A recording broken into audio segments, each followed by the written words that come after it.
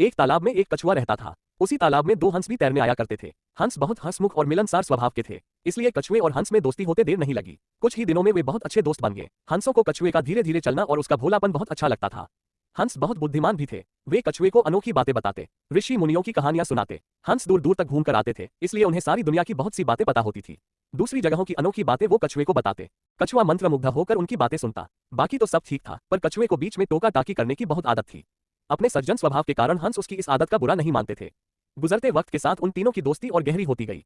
एक बार भीषण सूखा पड़ा। बरसात के मौसम में भी एक बूंद पानी नहीं बरसा। इससे तालाब का पानी सूखने लगा। प्राणी मरने लगे, मछलियां तो तड़प तड़प कर मर गईं। तालाब का पानी और तेजी से सूखने लगा। एक समय ऐसा भी आया कि तालाब में पानी की बजाय सिर्फ कीचड़ रह गया। कछुआ बहुत संकट में पड़ गया। उसके लिए जीवन मरण का प्रश्न खड़ा हो गया। वहीं पड़ा रहता तो कछुए का अंत निश्चित था। हंस अपने मित्र पर आए संकट को दूर करने का उपाय सोचने लगे।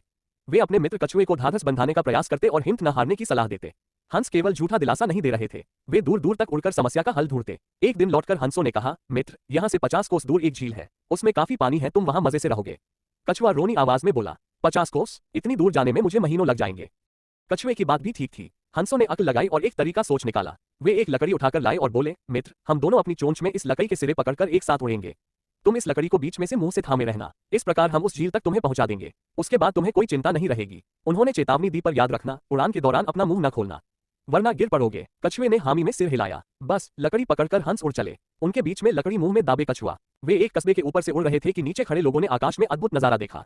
सब एक दूसरे को ऊपर आकाश का दृश्य दिखाने लगे। लोग दौड़ दौड़कर अपने छज्जों पर निकल आए। कुछ अपने मकानों की छतों की ओर दौड़े। बच्चे, बूढ़े, औरतें व जवान सब ऊपर देखने लगे। खूब शोर मचा। कछुए की नजर नीचे उन लोगों पर पड़ी। उसे आश्चर्य हुआ कि उन्हें इतने लोग देख रहे हैं। वह अपने मित्रों की चेतावनी भूल गया और चिल्लाया, देखो कितने लोग हमें देख रहे हैं।